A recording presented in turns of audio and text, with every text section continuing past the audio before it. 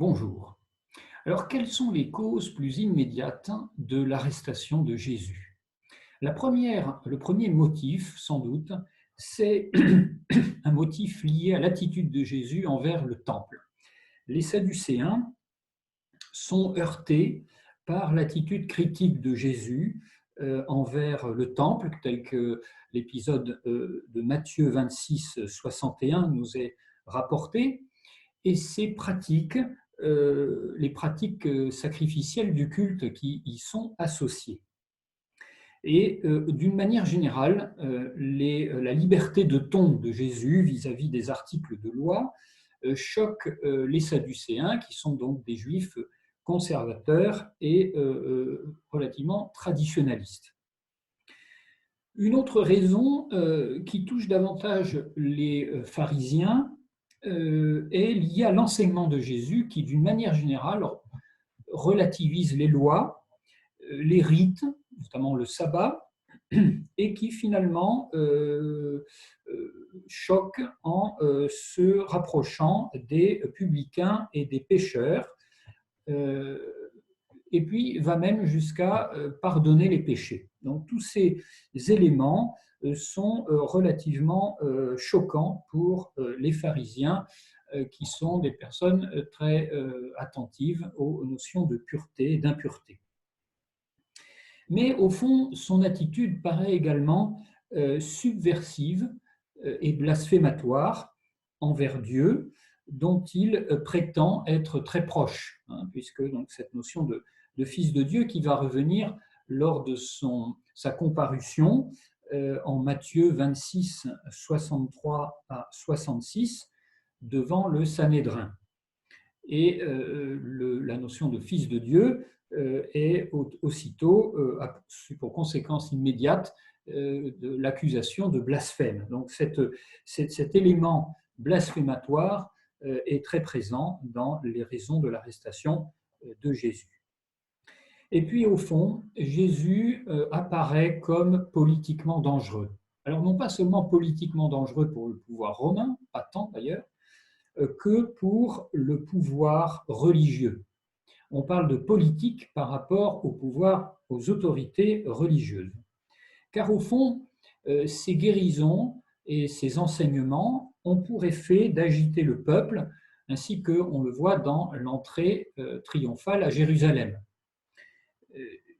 Cette agitation, cette remise en question met mal à l'aise les autorités juives, en particulier évoque des souvenirs douloureux de perte de pouvoir consécutifs, par exemple, au soulèvement de Judas le Galiléen, rapporté au livre des Actes des Apôtres, au chapitre 5, versets 36-37.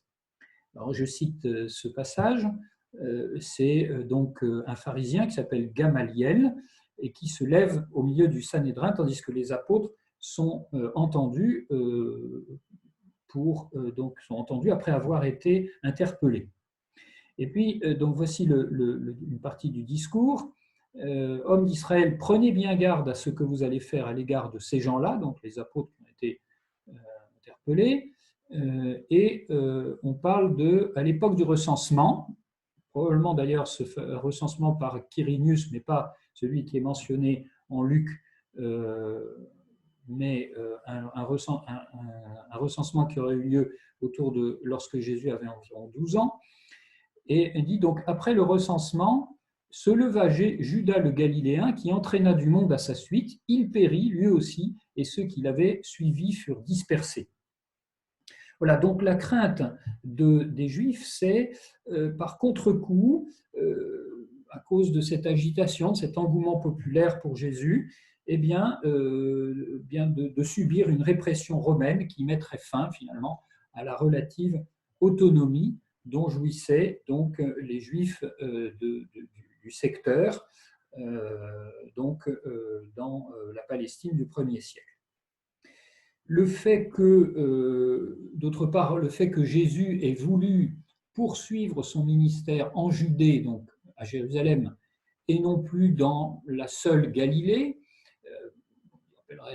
aujourd'hui un territoire, inquiète les autorités juives de Jérusalem, et notamment, bien sûr, après non seulement l'entrée triomphale de Jérusalem, mais un épisode qui a fait grand bruit, qui est la résurrection de Lazare, qui est donc à Béthanie, qui s'est passé à Béthanie, à quelques kilomètres seulement de Jérusalem. Donc l'affaire a bien sûr été rapidement connue à Jérusalem, et elle s'est produite la semaine précisément précédant son procès.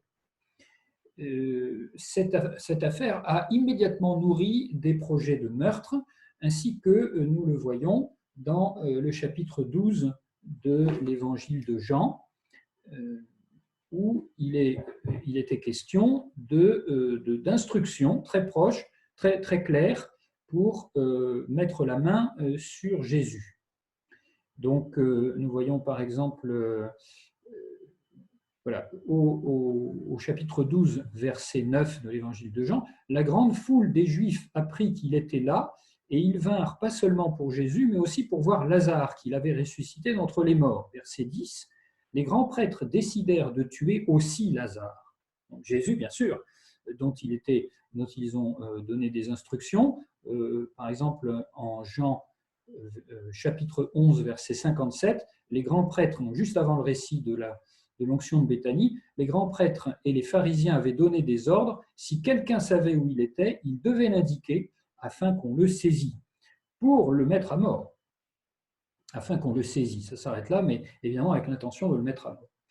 Donc, il y avait des projets de meurtre qui non seulement concernaient Jésus, mais même Lazare, dont on voit que le pauvre, qui n'est pas concerné a priori, mais finalement pour le véritable motif qui est de susciter un intérêt, de détourner l'intérêt des autorités du peuple, non pas vers les autorités religieuses de l'époque, mais vers Jésus. Alors, les autorités, on voit bien, craignent de perdre le pouvoir sur le peuple, et ceci est mis en lumière par l'épisode cocasse rapporté également dans l'évangile de Jean au chapitre 7, donc au verset 40 à 52. Alors, je cite simplement le verset 45. Après avoir été envoyé pour arrêter Jésus, il est dit au verset 45, je cite, « Les gardes revinrent donc trouver les grands prêtres et les pharisiens. Ceux-ci leur dirent, « Pourquoi ne l'avez-vous pas amené ?» Les gardes répondirent, « Jamais homme n'a parlé comme cela. Jamais homme n'a parlé comme cela. » Donc, il y a quelque part, même les propres milices des grands prêtres sont bouleversées et reviennent bredouilles. On a affaire là à une véritable désobéissance. Ils étaient clairement dépêchés pour mettre la main au col de Jésus, et ils reviennent complètement retournés, sans personne.